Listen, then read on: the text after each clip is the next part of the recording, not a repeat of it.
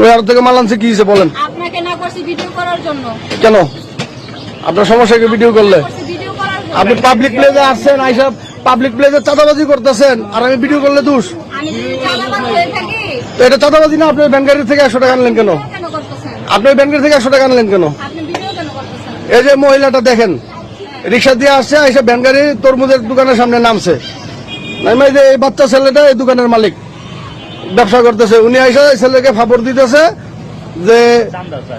যে তুমি কেজি দরে বিক্রি করো কেন, কেজি দরে বিক্রি করলে গরিব মানুষ খাবে কেন, এটা বইলা আরেকজনের সাথে ফোন দিছে। ফোন দেওয়ার পরে ওই লোক ওই বাচ্চার সাথে কথা বলছে, বলে ওই লোক বাচ্চারা বলছে কিছু টাকা দিয়ে বিদায় করতে, মানে মহিলা আসছে ফিটিং খাইতে। অলরেডি আমাদের কাছে খবর পাইছি, এই যে আমাদের থেকে প্রায় 100 গজ দূরে এক দোকান থেকে উনি 100 টাকা আনছে। ওনারা জিজ্ঞাসা করতেছি কেন আনছেন 100 টাকা, উনি আমাকে বলে ভিডিও করি কেন। উনি বলে না যে কেন 100 টাকা আনছে, উনি কোন কারণে আনছে, উনি কোনো ডিফেন্সের লোক না।